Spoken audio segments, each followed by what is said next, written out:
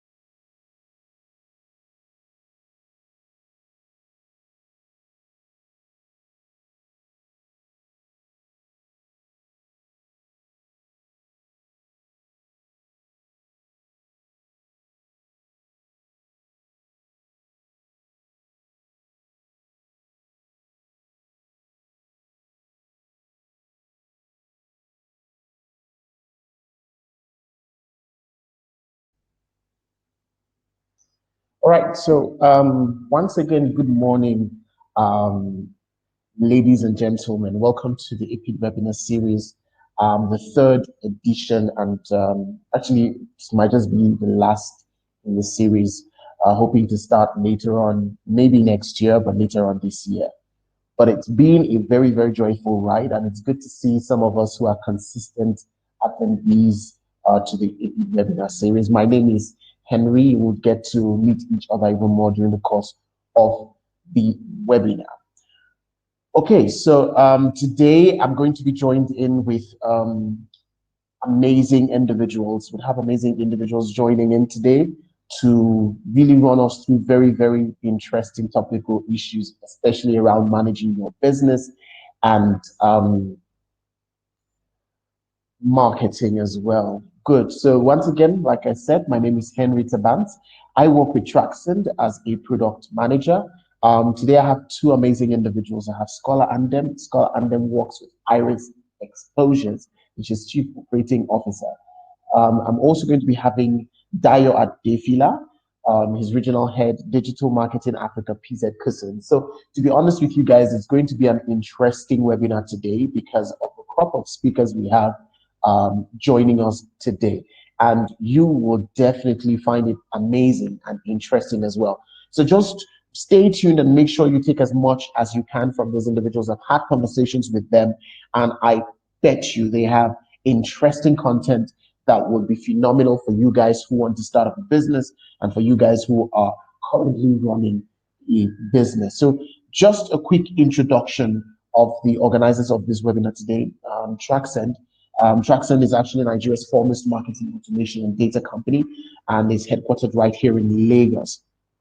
What we do at Traxend is more or less optimize more direct to customer channels like SMS, RCS, Facebook Messenger, and WhatsApp, majorly SMS, to increase your customer intimacy and also upscale in terms of your return on investment for your marketing department. So we've been able to do this with a lot of businesses. One of the major things that really stands true is the fact that with Traxend, we strongly believe that these channels have 4 times more open rate than emails. So we see a lot of success rates with businesses who have leveraged using SMS, for example, to increase their customer engagement and customer acquisition.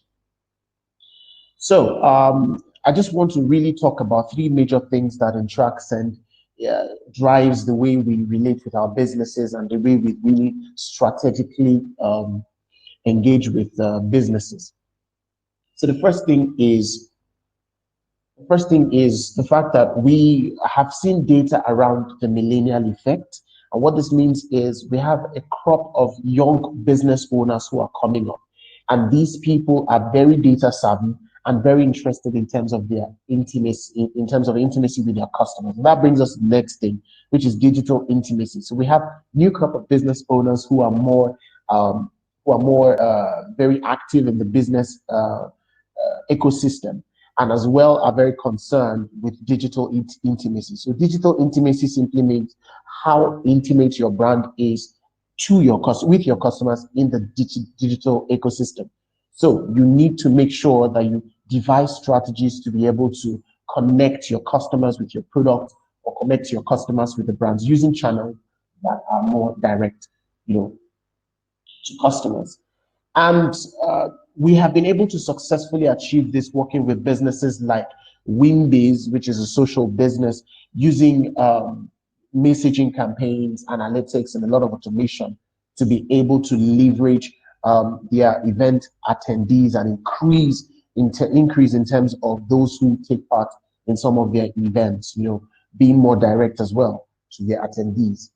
And we've also achieved a very considerable success rate with MedPlus, which is a retailing company right here in Nigeria.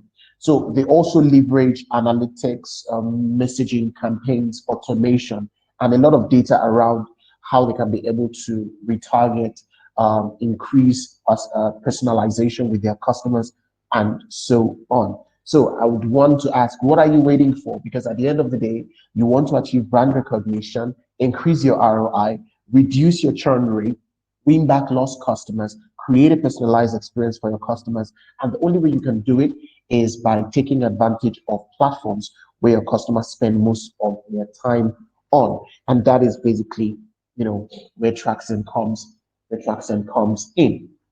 So with no further ado, we're going to move straight into the first session for the webinar today. And it is going to be delivered by our very own scholar Andem. Scholar Andem is going to be delivering a session, The Future of Out of Home Advertising. Scholar, I see you on the call. I don't know if you can hear me. Yeah, hey. Amazing. So let me just start up your presentation so we can dive right in. Can you see the Okay. presentation? Yes, I can. Amazing, I do. amazing. So you have Yeah. control, so lead the way. Thank you very All much. righty. Thank you, Henry. Thank you so much. Hello, guys. Thank you for joining us today. And like you said, my name is Scholar and Dem of Iris Exposures, an out of home company. So I'll just go straight to the point because Henry gave me just 15 minutes. So I'll see how I can manage and cover as much as I can. Okay, so the future of out of home. Yeah. Okay, so the focus today will be on the evolution of uh,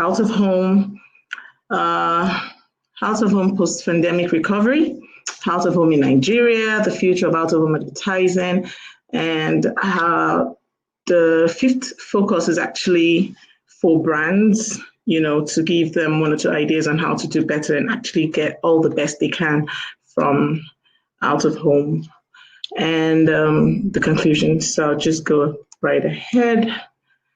Okay, so for the sake of some people that are practitioners in this session, I'll just do a brief transition, the evolution of out of home. Advertisements, regardless of their form, whatever platform that means, are engineered to accomplish one thing: capture the attention of an onlooker and inspire action. That's, we have all forms of platforms, and the major reason is to, of course, we have top of the mind kind of campaigns, introductory campaigns, and call to action. During the time of course, majority of us, maybe some of us don't know, but out of home literally started from Egypt in days when they had to literally inscribe on stones to pass information across board to the people. And then humans have been creating wall of art since that time, and it eventually translated to an artistic display for marketing and for businesses. The earliest use of billboards by circus those days in the 1830s, prior to the invention of lithography, were simple and plain. But then eventually, from the 19th century, things began to change. And then the bigger it became, the better, because those practicing out of home then discovered that a lot of people on highway, on the road, major target audience, you speed through in your cars and you literally don't get enough, or you don't get nothing from the information put out there. So the billboards became bigger, and it became big enough for motorists who would zoom past the sign to be able to capture the direct information in very short time. And then transitioning to now. Over time, 3D elements and visual engaging details have emerged. We've moved from static billboards to LEDs, and in several other parts of the world, Nigeria still has a long way to go to some extent, even though we're doing a lot better than before now. And people are beginning to move to artificial intelligence. A lot of stuff are changing around the world, but pretty much now smart sensor technologies, facial recognition technologies, where a board can let a brand coming on board know facial expressions, demography of the people passing by, the expressions, the feedback. It's made a lot easier on both ends, both the suppliers and the buyers.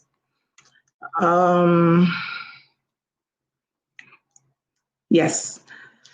As the industry continues to evolve, more unique effects can be expected in out-of-home advertising. While the billboard advertising form will continue to shift and change, one thing is certain, like I tell a lot of people that know me, billboards are here to stay. Out-of-home advertising are here to stay.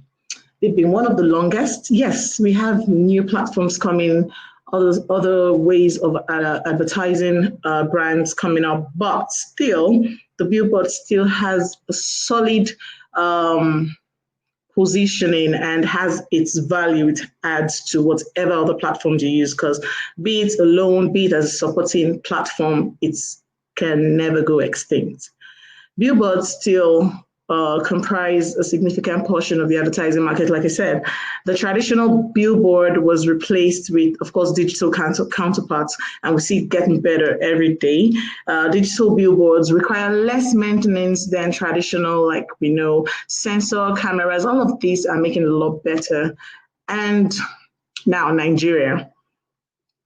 The purpose of this session is to guide on both ways from, one of many angles, how brands can make the best out of home, and other details surrounding it, and even from the angle of the out of home business also. So before we get to post-COVID, a study by the Out of Home Outdoor Advertising Association of Nigeria, which is the ON, in collaboration with Jupol, which assessed the effectiveness of out of home, has shown that OOH is the second most effective medium in Nigeria, focusing on key cities like, of course, Lagos, Abuja, Port Harcourt. And then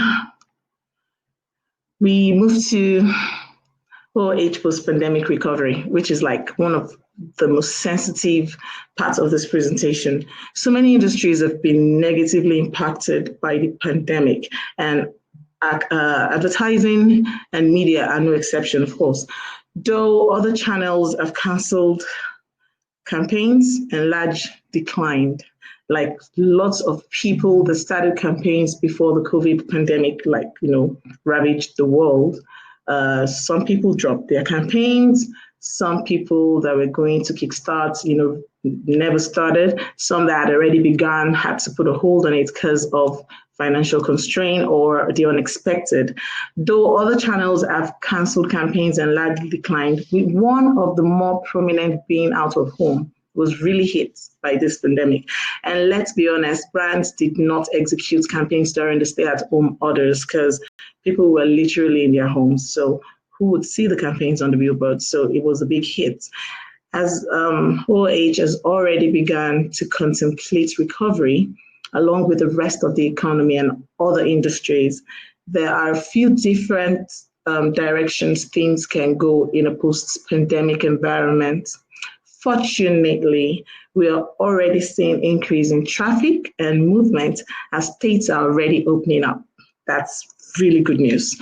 And the OOH industry bounces back with is bouncing back, with even greater demands as traffic levels return as COVID-19, as though it never happened, and the coronavirus pandemic has caused a considerable drop in advertising. Like I said, the spending, two of this year's quarter, literally, I'm not aware of so many out of homes or major out of homes that made any sales all the way from the airports to the highway, and coronavirus obviously has forced a rethink as the pandemic led to immediate drops. Like I said, okay, that's repetition, pardon me, why we should be doing OOH now.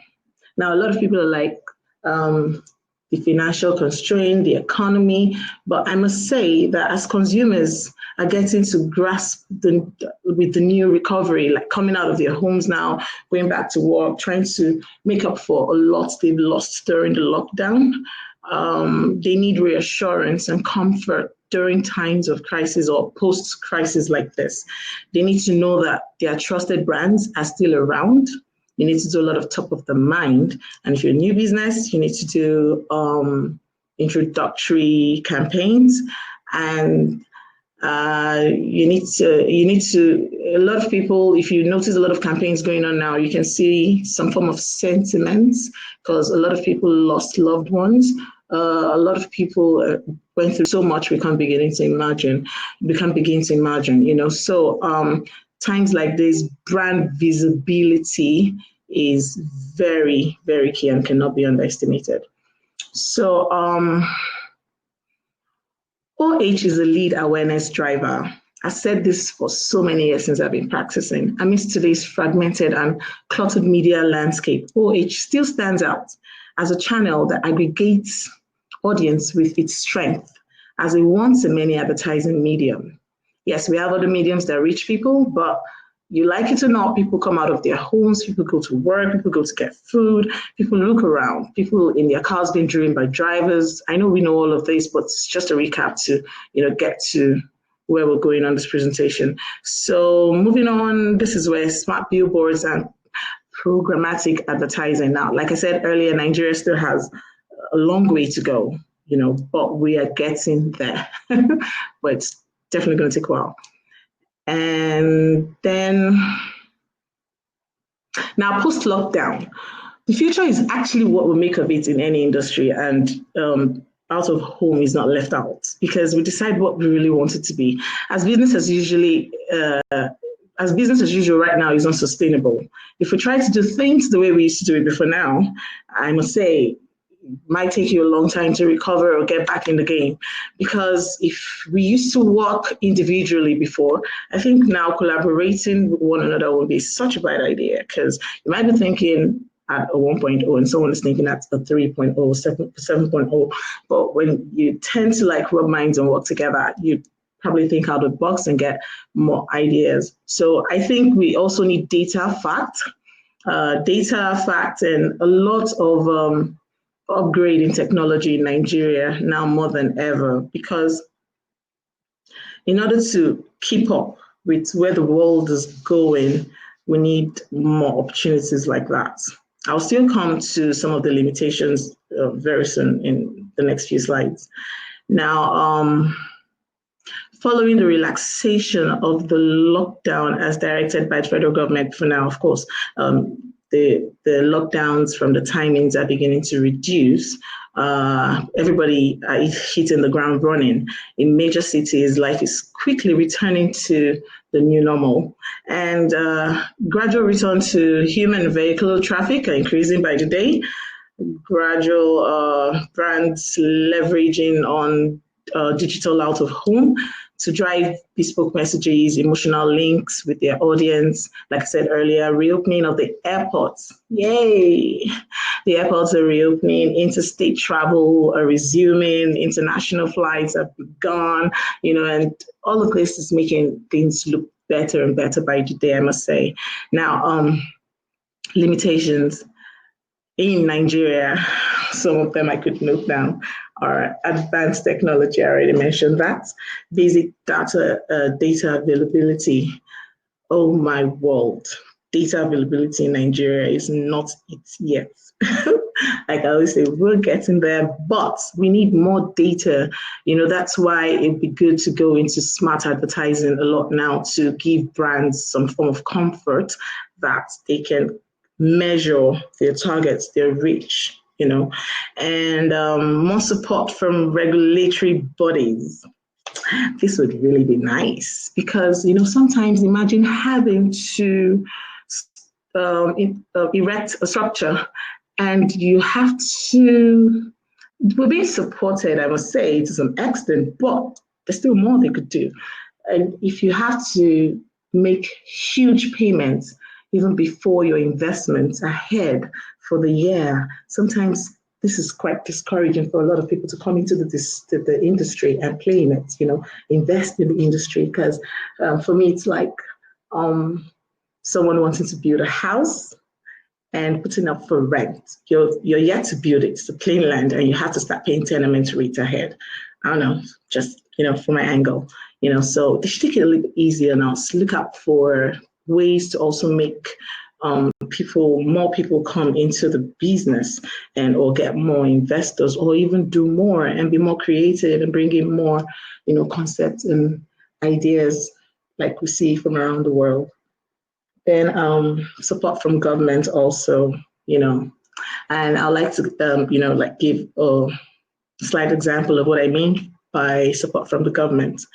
I'm yet to be aware of any out of home. Maybe they're there, I'm not aware of out of homes companies that got grants, from the system, when you have the grants coming in for other industries from the World Bank and stuff. But I don't remember, I'm yet to be aware of any Bank of Industry distribution of grants that came to, I think I even heard at some point that we're told we're not liable or so we're not eligible, sorry, pardon me, in quotes.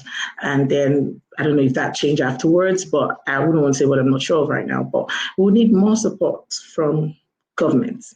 I don't know if any of them are in this session or eventually to get to them, but that would really be nice to, show some form of interest in the out of home sector, because the out of home sector literally spends a lot, which makes it more expensive. If some of these things like multiple taxation and co could be bearable, I doubt if out of home will be as expensive as it is.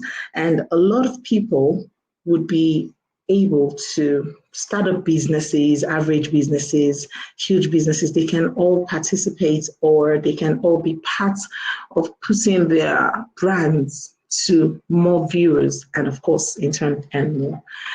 Thank you. And okay, my time is fast spent. Out of home advertising is trusted in comparison to other media channel. As you can see, I have a graph to give us a brief from TV, radio, out of home. Now out of home is not just billboard. You have all sorts of platforms on the out of home, but this is just a graph to let us know how important it is that it works hand in hand with the other platforms, but still has its very important, solid position to get your brand across. Now, like I said in the previous slide, out of home amplifies other channels, it literally does. It works with other media. It's like a support system. I'm on this platform. I see a brand. I go out there, I'm driving, I see a brand, and you see it on the bigger screen, a more creative way. It just sticks in your head. And then, this is just a brief Google mobility report following the commencement of the lockdown. All right. And this was in March. Things were pretty shaky here, but if you move to, this is a case study in Lagos. If you move to, I don't know if you guys can see this clearly, but if you move to, say, from March all the way to June, July, and all the way to the past 1 week, things are looking pretty good for out of home, because we're going to have a whole lot of people out there and more clients coming up too. And even though, yes, it's still very pretty tight, but it will eventually loosen up. Then now, billboards and for brands now, billboards and the street furniture constitute 71% of out-of-home billings. Transit have like 17% of outdoor billings. Alternative forms of out-of-home advertising claim the remaining 12%.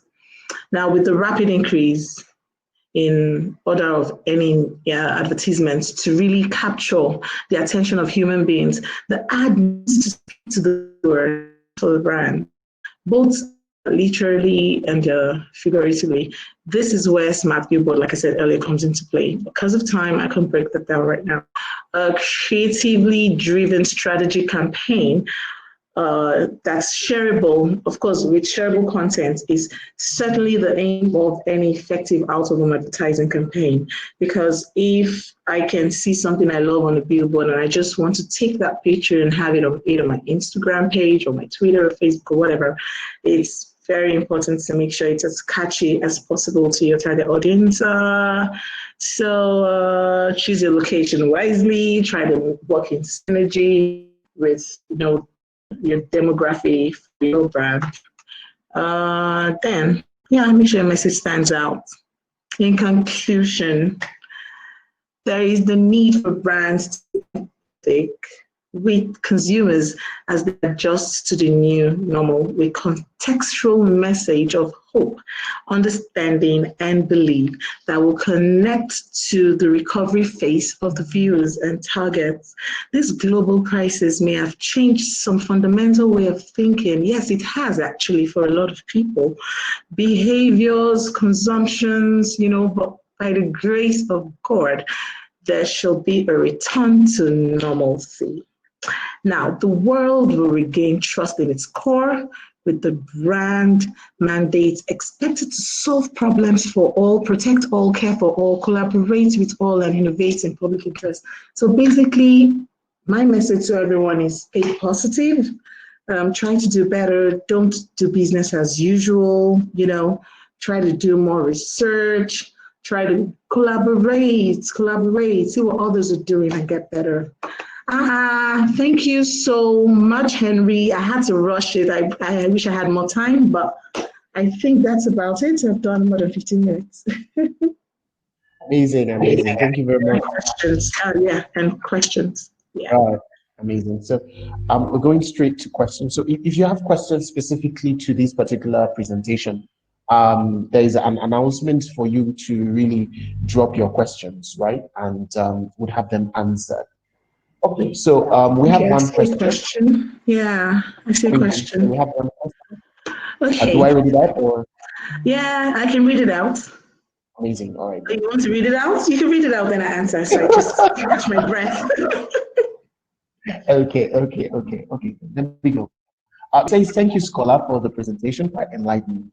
You mentioned advanced technology as a limitation to OOH. I expect getting into this may be capital intensive. How do individual operators plan to tackle this or attract investors for support? Okay, thank you very much. So that's let me just try to take it one after the other. Thank you so much, Ma or Sa. But now, yes, I did mention advanced technology is a limitation for OH in Nigeria, right?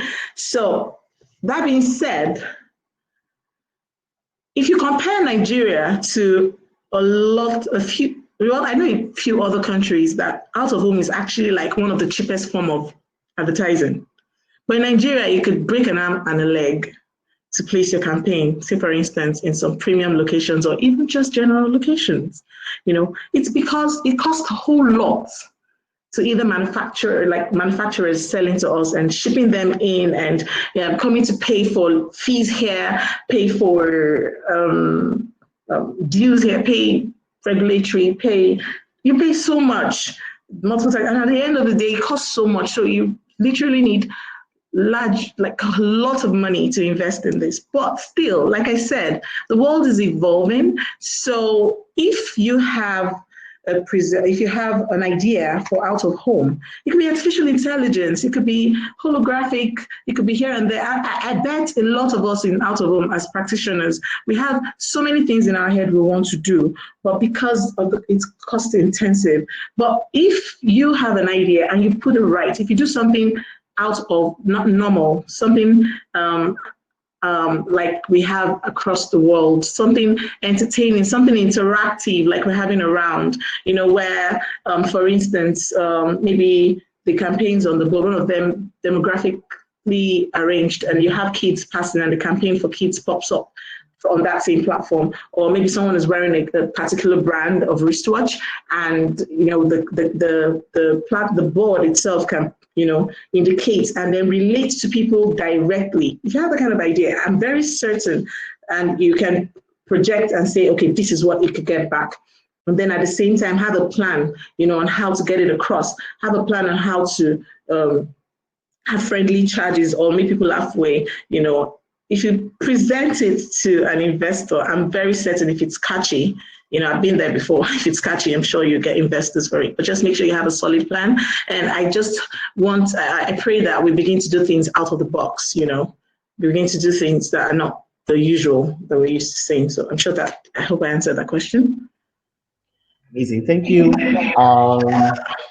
So we have another question from Charles. Charles, a very familiar face and name to the APID webinar series, says, How are Nigerian brands leveraging on digital OOH advertising to position themselves as a brand that cares for their customers? Can you share some of the examples of their post-COVID strategies? Okay, so sorry, let me get that question again. How are Nigerian brands leveraging on digital out of home position themselves as a brand? Okay, so if I may answer this question, thank you very much, Charles. Yeah, so if I understand your question, this is from the angle of brands, how they should leverage or are leveraging on out of home. And for instance, I drive or I'm on the road and I see some brands have campaign like artwork, and I literally cringe because you can't have too much. Simple does it. Do you get? So for that's why it's digital out of home. Like it gives you room to explore. It gives you room to try out stuff. Make it as catchy as possible that a child could look up and say, "Wow, that's beautiful," or it to make someone driving or someone just passing by to want to stand and look at it and admire it. And on the other end, if someone is zooming through, you should be able to look, and in less than 3 seconds, you've captured the major detail of that brand or that the brand is trying to put out there. So I think a lot of brands need to,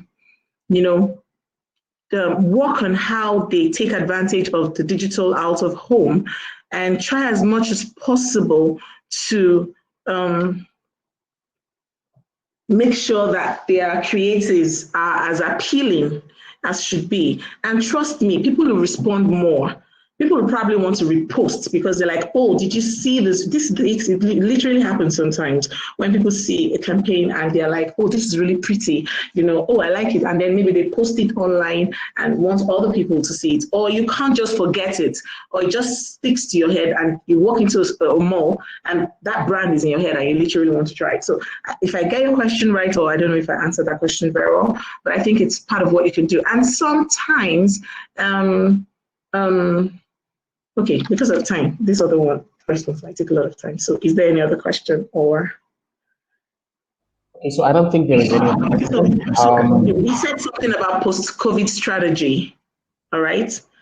Yes, Sorry, yes. I just saw this now. Yes, can you share some of it? So like another example for post-COVID strategy, if I were a brand now and I have to take advantage of digital out of home, you have opportunities now on digital boards where you can change your campaign material, of course, with APID approval, all right?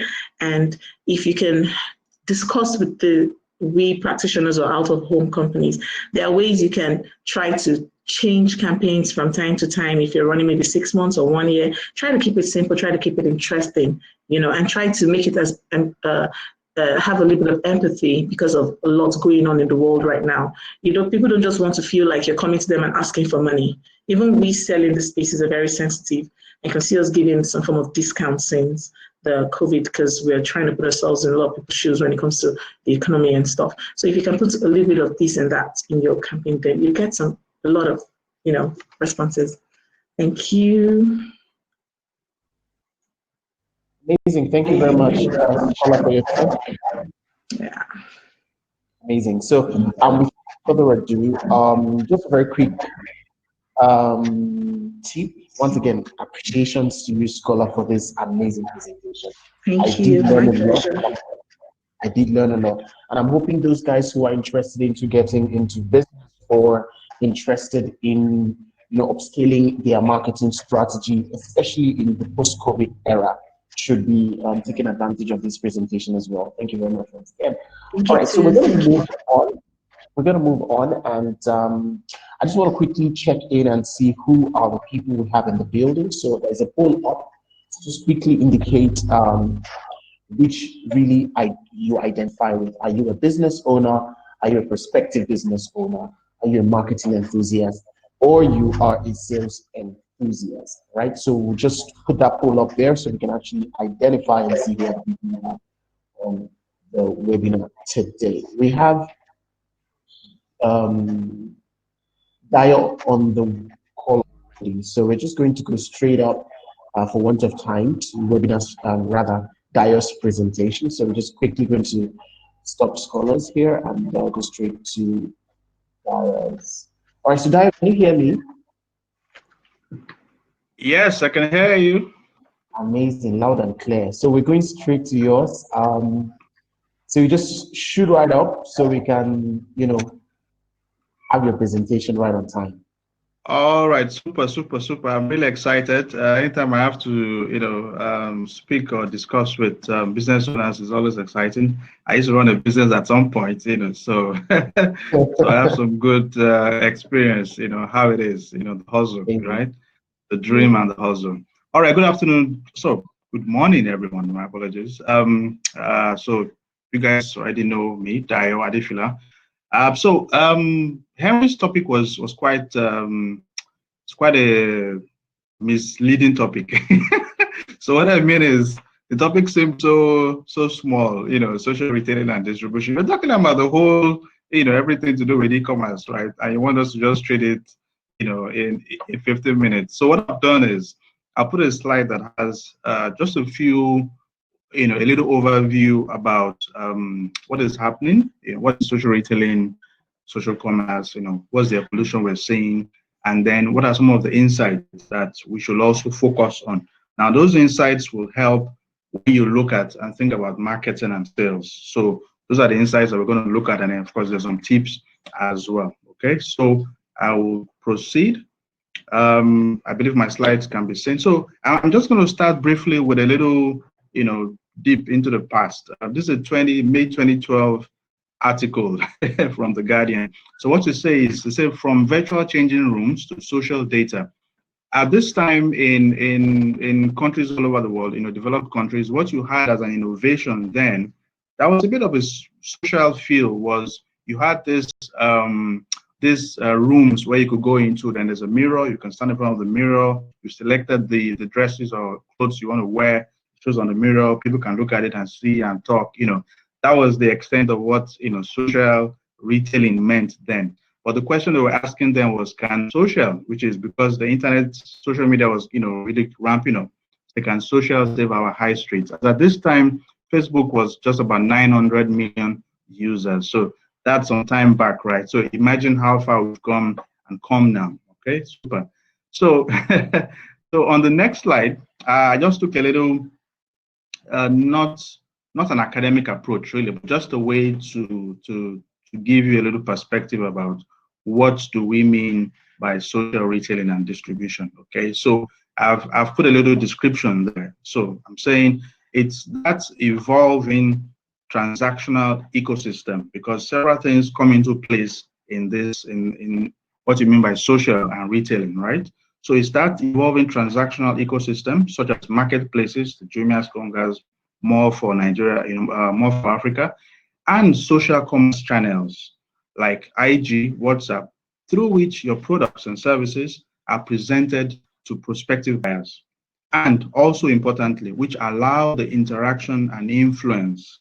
So note those two words very well: interaction and influence of friends and other communities. On some marketplaces, you may have only influence, you may not have interaction. So it doesn't mean they both have to be there. But essentially, think of it as an ecosystem where people are able to see what you are selling, and there's some level of interaction or way they can influence each other. Okay, when I go into some other slides, you will see what that influence, why is that influence so important? It's social, and influence is such a key part of it. All right, so just to look at how social platforms have evolved, coming from 2011, this is Instagram specifically, and we see how it was at the beginning. It was all about your own profile, your own image, and all of that. And it went into discovery, which you see on the next box there. And then Instagram also looked at how to create more interactivity, and then they introduced stories in 2016. And then in 2019, because there's so many people using these platforms, and they realized the power of influence, they created social commerce, and then allowed you to have what you call shoppable posts. YouTube, a couple of years back, had introduced shoppable YouTube videos. So commerce got into social, and then you had social commerce being born. And that tells you, and I'm sure many of you, well, maybe some of you, already do this your own way. Maybe not necessarily with the official Instagram shops, but you definitely put your stuff on Instagram. You put your stuff on your WhatsApp DP, and people buy once they see what they like, and they come out to you, and you make your sales, and you're doing fine. So again, that's also a way of influence, because when they see what you've done, some people check, and there's a whole lot of interaction. They can share it, and things like that. Okay, let's go on. So, so today, some of the examples you have for social commerce are things like WhatsApp, business accounts, which again maybe a few people use. So I know a couple of brands like SoFresh, DSTV, different people have used social WhatsApp business accounts that allows them to be able to either provide automated responses or allow you to speak with or interact with, with a live agent. But the main thing is it's happening within a social environment, and you have transactional interactions happening in that space. An example on the right is the example of the shoppable, Instagram post. Just another example. Okay. Now, what's the key thing in this session? Really is about sharing insights and then seeing what we can learn from it. So I got a report yesterday that I looked into from Statista, and I'll really encourage you to try and get your hands on some of this kind of data and research. They will give you valuable insights that will help you better optimize your marketing spend. Okay, so this is the report called Online Shopping Survey. It's pretty recent. Was just released in July, and fairly good sample. Over 1,000, right? And I wanted to just take a pause and look at what did people respond to when they were asked certain statements. So which of these statements on online shopping do you agree with? Now let's look at the first one. So customer reviews on the internet are very helpful. Now that's the leading statement, the leading factor, the leading point that they speak about. Not the brand's advertising, but what the customers are saying when they leave a review. That's 71%. Click that. I mean, that is huge. The simple question I'll ask before we go to the next slide is, how many of us even have a mechanism for people to leave a review either on our website or on our social media pages, right? And then, I mean, that's just something really, really important to look at, okay? What's the next thing? That I prefer to use my smartphone or tablets to research on products and to make major new purchases. That's what comes next, highest. And then closely following, you see, when I plan a major purchase, I always do some research on the internet first. So what I've done is I took about 3 or 4 of this, and I broke them into specific slides that we can look at in more focus. But there's a whole, I mean, there are other things you can look at. Now, when you look at it, sometimes you will see something and you will think this will have been more important, right? Let's see what is there. I miss the shopping experience when I shop online. 15%.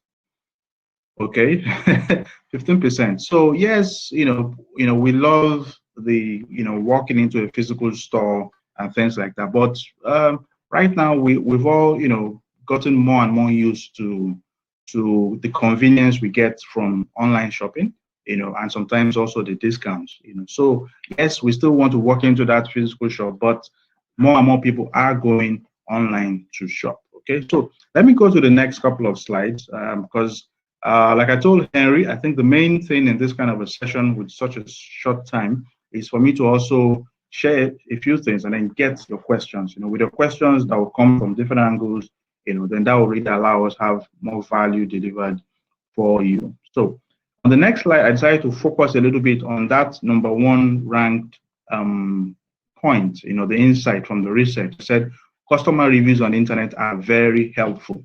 So I've added a note there. So what are customer reviews? Where do you see them? So you have them on either your own website if you activate the function, or you have them on marketplaces like a Jumia. So an example is what I've put up here. This is just something I saw there, recently. Some clothing items shipped from abroad, and then when you scroll down, you would see the reviews about the product. So you have a review that says, I love it. You have another one that says, great sewing, you know, and all of that. And you have another one that says, I like it. But so it's kind of small on the screen here, you know, but saying something about that, the color black at the back washes onto the white. That now that may not be the best feedback you want, but it's good feedback because it helps you know the quality of what you're either bringing in, or you can reach out to this person and ask how they washed that cloth, that piece of clothing. So I said customer experience is end to end, from when they first of all see your product, when they use it, and what they say after they've used it. Always try to learn from it. So some people say, no, no, no, no, I don't want to have any feedback in case it's bad. You know, well, you can always learn from it. And when you learn from it, you'll be able to have happier customers, you know, more of them. So there's a link here. For instance, something happened on Amazon, which Amazon discovered that a number of dealers on their platforms were actually offering people free products so they could rate them well on Amazon. Because when you have a good rating, customer feedback on Amazon, it helps, you know, with other things you do with Amazon and all of that, with your search and things. But they had to delete over 20,000 product ratings. You know, that is incredible. So some people actually go all out to try to buy ratings. It's not going to help your business. It helps you to know, you know, what is going on. Of course, if somebody is attacking you with an army of negative reviews, that's a different thing. If you know that there's nothing wrong with your product, or someone is trying to demarket you, well, that's a different approach. You'll have to use a different PR strategy, you know, to deal with that. Okay, let me go to the next slide. So the other point is something we probably all already know, and maybe some of us also, you know, interact in this way as well. It says, I prefer to use my smartphone or tablet to research products and make major new purchases. So again, first, let's stop thinking, you know, people are not shopping online. Year and year, the e-commerce channels are growing in terms of monthly active users, active, not just people that are, you know, that have an account there. And year and year, it is increasing. So the point now is, you know, how are we reaching out to these people through mobile? How are we deliberately, you know, reaching out to them? So this just shows you, you know, what the, you know, subscriber, you know, base is for, you know, internet is, right, for data usage, right? And you can see it's quite a lot. It's been growing. It's been growing. From March, it was 188 million. In April, 190, adding over 2 million. By May, 191, June, 195, July, 198. So, you know, we have to be deliberate about how we think about mobile and how we want to use mobile to actually help with our marketing, right? And then be able to combine it, right? So that's an insight I wanted to call out as well. And then I think lastly, when I plan a major purchase, I always use the internet. Yes. Now for this, what I will speak about briefly has to do with how do people find your brands online, and then what you should be doing. I would have loved to introduce these concepts one after the other, but I know that this platform doesn't allow you know, us to be able to, you know, do the PowerPoint you know, in and out. So, but let's take it one section, then go to the next. Okay, how do people find your brand online? So first, it could be through your brand website, could be through your social media pages, could be through your products that you list. You know, I mean, when you do Google search engine optimization, right? So people can, you know, discover you when they're searching. And then, of course, if you also have arrangements with other brands or partners or affiliates, they can also find you on other people's websites and social media. Okay. Now, when they find you, what are the things, you know, how well is your product set up, right? But let's just look at, you know, what should you be doing first of all. So first, you want to be discoverable and you want to be appealing online. So that means your website, if you have one, which you should have anyway, should be well set up, and, you know, it should be mobile friendly. In fact, mobile first, because like we saw, more people are using the mobile to actually access the internet. So it should be a mobile first approach that you take. It should be SEO friendly, which means the way your text is set up your text and your tags on your website are set up, it's important, right? Because that will help you with how easy it is for people to find you when they are searching. Okay, not everybody will already know your brand. So it's when they come into contact with a particular phrase and then they see your brand, that's when they then visit your website. Okay, what else can you do? You have to identify how you can create awareness for your website and social media pages. So like I was saying, you have an existing website, lovely, well set up, right? But you're not directing traffic to that website. So you obviously need to be able to do that. And contrary to how I've noticed a couple of small business owners do recently is to think everything starts and ends with Facebook ads, Facebook and IG ads. They're very good because they're operating with a social environment, right? But there's also something that happens in social environments, which is distraction sometimes, right? So while it has its pros, it also has its cons if it's not done very well. And besides, people visit other places as well. Okay, so, many phones have Opera preloaded on the phone. They see Opera ads. Infinix Android users that are maybe Infinix Techno or whatever it is, they see ads from Transsion like that. You have to think about where your audience are, right? And then that's what you go after, especially the audiences that will give you the best, conversion. Because at the end of the day, whatever you're doing with social is you're looking for how people will get to know about what you have, and then how they're going to be able to, desire and buy that thing. And then, of course, like we said, after you've bought it, what kind of feedback do you get from them? Do you even follow up from them as well? Okay, so it's important that we think about using data, right, to advertise and to measure what we're doing, not just push it out there and you're not tracking and measuring and saying what is really working, right? I remember some years back we were launching when I was running a digital agency, and there was an e-commerce platform that was being launched, and the platform decided that first of all they had been running TV ads, they had been running online ads, but they couldn't really tell which one was giving them the better conversion. So at the point, they stopped all the TV ads, all the radio ads, and they focused on digital. Is happening with digital. So sometimes, it's not just to have a scattergun approach. Oh, I have to be everywhere at the same time. You have to be very measured. Do you have your best audiences there? What's the kind of behavior that they do on that platform? And then how well are they converting? So you test it. Always think of it that marketing, anything to do with social commerce, online advertising, it's not a sprint. It's not a sprint. Okay, it's a deliberate marathon that you take in bits and bits, and you learn and you build on from it. Okay. And then very, very important is your SEO strategy. Now, this is all about your brand existence, right? Long after. So let's say you wanted to do a promotional campaign coming up this November, Black Friday period, right? Everybody wants to have some big promotion. Okay, so you do special ads, you're offering discounts. Great. People will see those ads, they go there. But what happens after the campaign is done?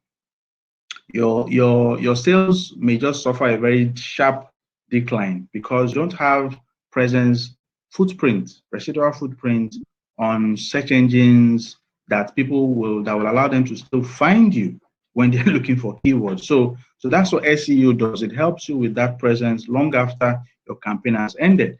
And importantly, it helps you with what is really important about your brand. What's your brand essence? Those are the kind of things that you use to do with SEO.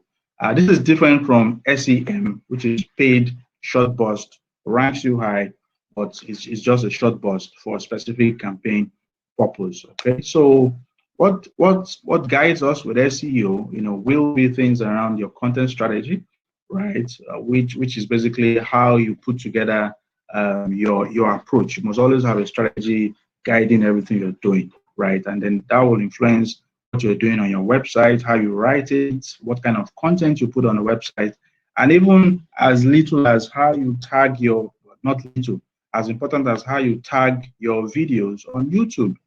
The meta descriptions, all those things are important because that is what will, especially when you're using platforms like a YouTube, platforms that already have huge, huge search engine ranking on their own. How do you find your way into those kind of platforms? It will help you because as business owners, you probably don't have so much, as small micro, business owners probably don't have that huge amount of budget, to go with it. So you have to be more like, guerrilla thinking, use the best, and then, use the minimum you can to get the best that you can.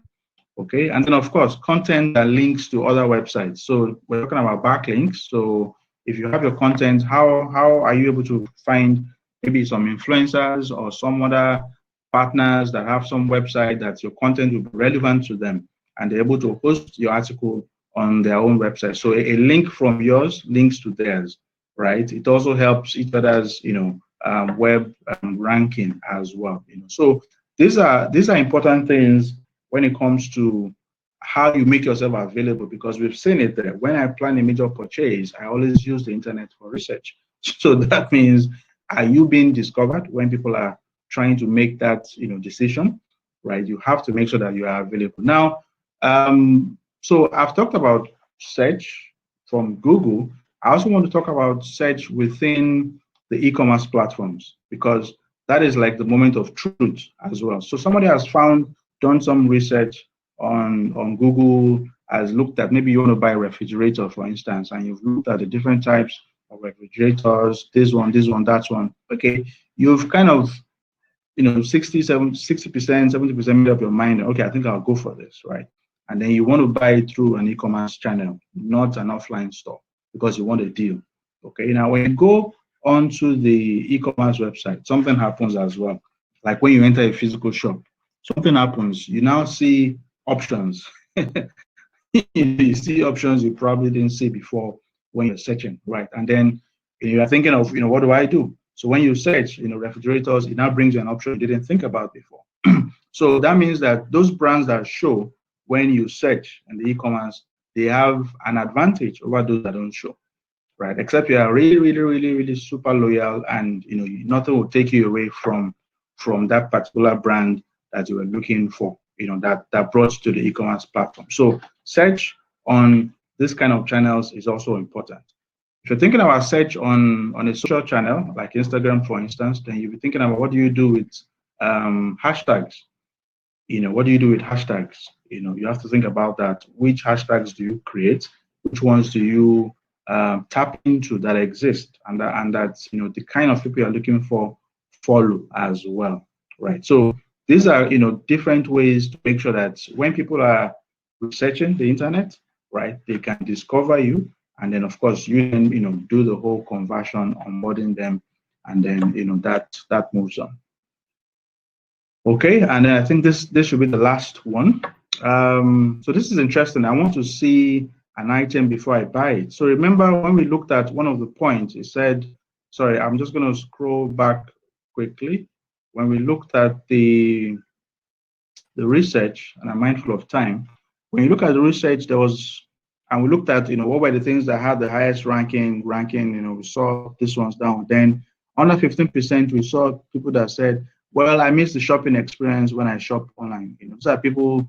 And then under, if you go to 23%, you see when I buy an item, I want to hold it in my hand the same day. Well, okay, that is a bit different. That one is not so much about I must just feel it before I buy. That is more about speed of delivery. So for those who insist on feeling it before they buy, well, for now, the technology to let you experience something fully before you buy it online, isn't quite there yet. There are different attempts to give you immersive, 3D experience and things on some sites, but it's not quite there yet. But what can you do? What's the next best thing you can do? So you can actually ensure that you're presenting your products very well online, especially on marketplaces, right? Because they are a dime a dozen competition, right? Who are also probably selling the same thing you have on these marketplaces, and even on Instagram and on Facebook and all of that. So when they see your own brand, that first moment that they come in contact with what they see is the beginning of your conversion or lack of conversion. So you have to also learn to invest in good photography, right? You have to use experts to set up your product descriptions. These are all important. Everything that makes the experience of what I see smooth and easy for my brain to just accept and say, oh, this looks very nice. One of the things that helps with best practices with help people to make decisions with social commerce, e-commerce, is also including additional images of photos, or if you have videos. 4 or 5 years ago, when people set up stuff on marketplaces, you would just see just one photo. Maybe they were selling shirts. They would just put stacks of folded shirts, and then that's the product. And then you have to choose. You have no idea what it looks like. Later, it evolved. They would now hang the shirt up, and you could see what it looks like from then. They added sizes and all of these things. So, but now that is routine. So what do? Do you have an advert? You can add it there. Do you have a video that you did by yourself? You can add it there. Anything that will help people get a sense of interaction with other people, right? It's one of the best practices for increase when it comes to commerce being done socially, e-commerce, and everything. So it's something you need to think about if you want to separate yourself, want to be differentiated, and if you want to have quicker conversion, based return on investment for every single penny that you spend. So I will have asked Henry to confirm how many minutes I've done.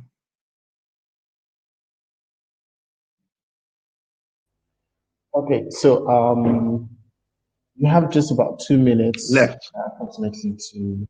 Yes. So that's good time, because now we're in Q&A. Oh, So nice.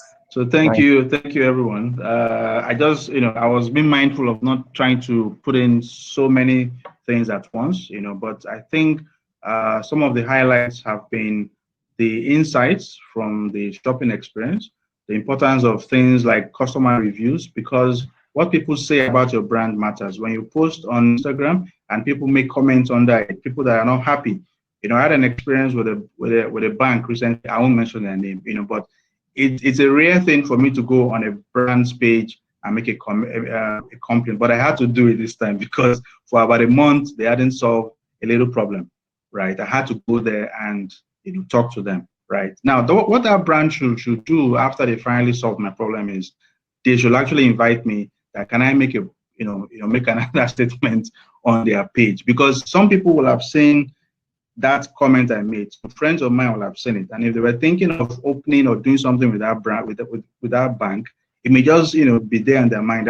Maybe not, maybe not. So this is how important it is. I'm sure many of you, when you see reviews of things you're about to buy, or even apps you want to download, once you see a lot of negative reviews, you just do what? You just pass over that app or that product. So that's the importance of reviews. When we're talking about social commerce, online. And this was the slide that had those information. So open to taking questions now. Okay, thank you. So we have one question from Charles. I'm going to read that out. It says, thank you, Dio, for the presentation. Okay, so I think he did it now. Charles, I don't know if this question is for Dio or for Scholar, but it says, thank you for the presentation. The digital commerce space in Nigeria is actually growing, okay. But small businesses are actually impatient, solely after sales. Hence, and they're solely after sales. Hence, they hesitate to spend on ads and setting up things like websites, etc. Eventually, their social media goes redundant as they stop updating it. What do you think can be done to bring more local businesses online and help them see the long-term gain of digital commerce? Okay, thank you very much, Charles. I will give 2 quick answers to that. One is that there's the option of external forces or bodies doing something to help businesses. Look, in 2012, right? Google created something, it was called Get Nigerian Businesses Online. you know, GNB, or Get Nigerian Businesses, 2012, right? Where they basically democratized website development and said, look, you're an SME, here, come and take a free domain, Google domain, free hosting, whatever, whatnot, and a basic page with 5 pages and all of that stuff. But is it enough, right? So they did it. Many people rushed, registered, and stuff like that. One critical thing is education and passion to succeed. The person who knows what they don't know, right, will be more inclined to learn and be able to sustain the long haul. I know a lot of people do what you're saying, quick stuff. They've set it up, they're selling, they have dispatch riders, 3-4 months. And because they're not able to grow something important called the brand, you understand? It's not just trading you're doing. You have to build a brand out of it. Now, when you're building a brand, now there are other things you must deliberately do. That's how you get longevity. That's how you succeed. So I understand the hustle. Like I said, you want to quickly sell. You're looking, maybe somebody's out of work and they need to just do something fast. Yes, start off. It's better to start the analysis paralysis, right? But the person must be humble and say, okay, you know what? I need to learn marketing. I need to learn branding so that I can make sure that this hobby or this emergency rescue can become something that is sustainable. And then that's how it grows. It grows little by little. Maybe they do some online courses, free stuff. They're learning and they're tweaking. Like I said, it's not a sprint. It's actually more like a marathon. So I hope that helps. There has to be passion. There has to be acknowledgement that you need to learn specifically about marketing. It's not just because I can open an Instagram page without paying and I can get some people to deliver all over the place. I know a printer who can do the wrap and put my name, logo on it. If that were it, if that was all you needed to do, trust me, we'll have a lot of billionaires from SMEs very quickly, right? But you need to build that brand and learn from what people say about you, improve, stuff like that. Amazing. Thank you very much. Thank you. That was. So that's the bulk of it. I think that's the only question we have. And okay. At this point, I'd like to say thank you very much, Dio, for being part of the last edition of the APID webinar series. Oh, for the year, right? Oh, okay. It's actually the last for the year. Thank you very much. Okay. Super right, amazing. Thank you very much. Thanks, everyone. Thank you. All right. So, guys, we're going to go straight up into wrapping up the webinar for today. Thank you very much for joining us. But quickly, we just want a little bit of input or a little bit of information about the organizers of this webinar today. Just 1 minute, a little bit about TrackSend. Just quickly pay attention and enjoy. Let's face it, nobody reads their emails regularly, long group chats, or visit forced ads. And for a company working hard to keep their customers, these are the best options, right? What if we told you that there is a better way? Now that's where we come in. SMS, WhatsApp and Facebook Messenger have 4 times open rate than email. With TrackSend, B2C marketing teams will grow engagement and revenue with mobile messaging. Target specific customer segments, measure click rate, also increase retention with customer feedback and rewards. Automating, measuring and optimizing your campaigns on mobile messaging now easy. Visit tracksend.co to request a demo. Okay, thank you very much, everybody, and thanks for joining us once again. We do have an offer that is up right now. If you really want to know more about TrackSend and really how you can be able to increase your customer intimacy and generate more return on investment using SMS as a key channel to really be more direct to your customer, feel free to click the link that you can see there, and it will take you directly to the website. And feel free to reach out to any of our sales rep to find out more about how you can actually leverage the services of TrackSend. Once again, thank you very much. My name is Henry, Product Manager from TrackSend, and it's really an amazing time I spent with you guys. Thank you, Scholar. Thank you very much, Daya. Have a lovely day, everybody.